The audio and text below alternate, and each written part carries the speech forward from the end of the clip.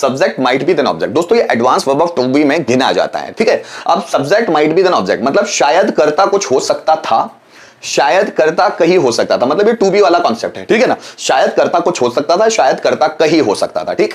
या माइट को मैंने जैसा आप लोगों को बताया कुछ पिछले वीडियोस में भी कि माइट को हम प्रेजेंट टेंस में भी इस्तेमाल करते हैं। तो शायद ही कर्ता कुछ हो सकता है, शायद ही कर्ता कहीं हो सकता है, तो हमने ये शायद ही लगा के माइट को प्रेजेंट में इस्तेमाल किया, ये है लगा हुआ है, ठीक है ना। तो शायद था, शायद ही है, तो इस तरह का कॉन्सेप्ट होता है। तो सबसे पहले माइट को पास्ट में देख लेते हैं। यहां पर स्ट्रक्चर सेम होंगे, है ना, बस हमको फीलिंग समझना है, ठीक है।